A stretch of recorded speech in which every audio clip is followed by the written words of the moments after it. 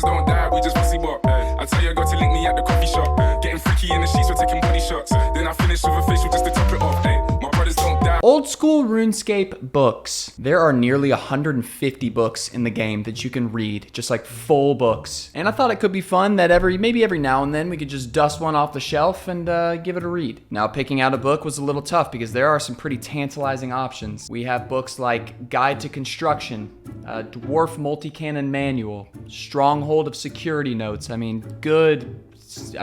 These sound really good. These sound awesome. But for our first book, I thought we'd go in a different direction, and I chose a book titled A History of the Goblin Race. Because, think about it. This is a very appropriate book to pick, right? When you start a new account, you get thrown down in Lumbridge, you're gonna walk over, cross the bridge, that very nostalgic bridge, and you're gonna start beating the shit out of goblins. It's what you do. It is what you do. Right, A History of the Goblin Race is a book that is found during the Lost Tribe quest, and specifically found in the Varrock Castle Library. Now, if I was going to judge a book by its cover, I'd say that this is gonna be a pretty shitty book. But let's give it a fair shot. Here we go, A History of the Goblin Race.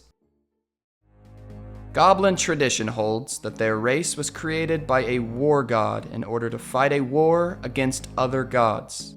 They never name their god, so whether it is the same as any of the gods worshipped by the other races is unknown. This war god sounds like a real asshole. The legends also speak of goblins fighting against goblins during the wars, so it is likely that gods other than their creators used them as foot soldiers. Although goblins are still warlike, it is probable that in earlier ages they were more organized than they are now, especially if they were under the direct command of one or more gods. This is corroborated by finds unearthed at various archaeological sites, including the large excavation east of Varrock. Okay, real quick, speaking of this area, I actually love the dig site area in the game. It feels like one of the more cool yet underutilized areas in RuneScape. I just feel like something else should go there. It feels like it's primed for like a mini game, maybe, of some kind. I don't know.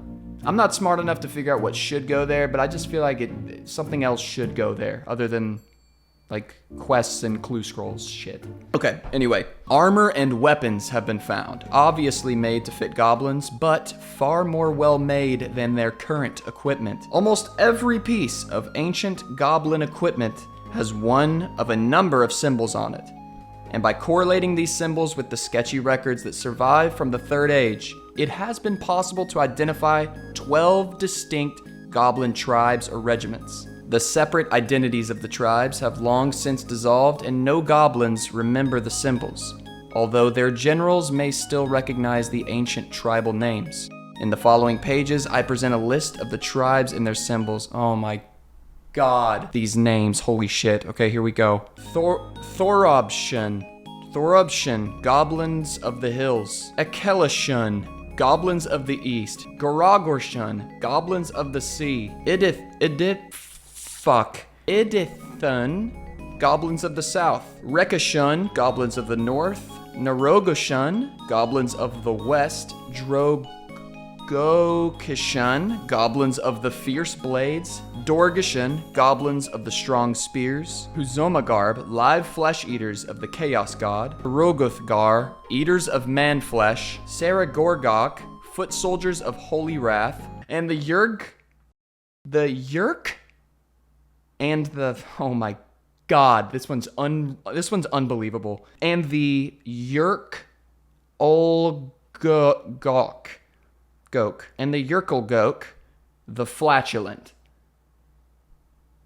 Okay, there you have it, folks. A History of the Goblin Race, RuneScape books.